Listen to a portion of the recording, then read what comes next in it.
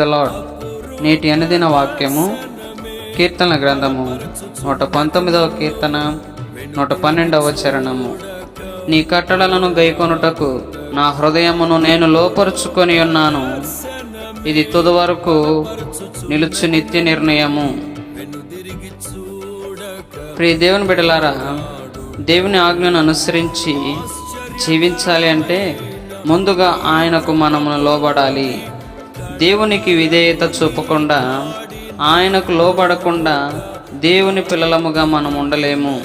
ఒకసారి తీర్మానం చేసుకున్నాక ఇక మన జీవితకాలం దేవునికి లోబడి విధేయత కలిగి జీవించాలి. శ్రమలు ఉన్నప్పుడు ఆయనకు లోబడి, సంతోషంగా ఉన్నప్పుడు దేవుని మర్చిపోవడం అనేది భక్తి కాదు.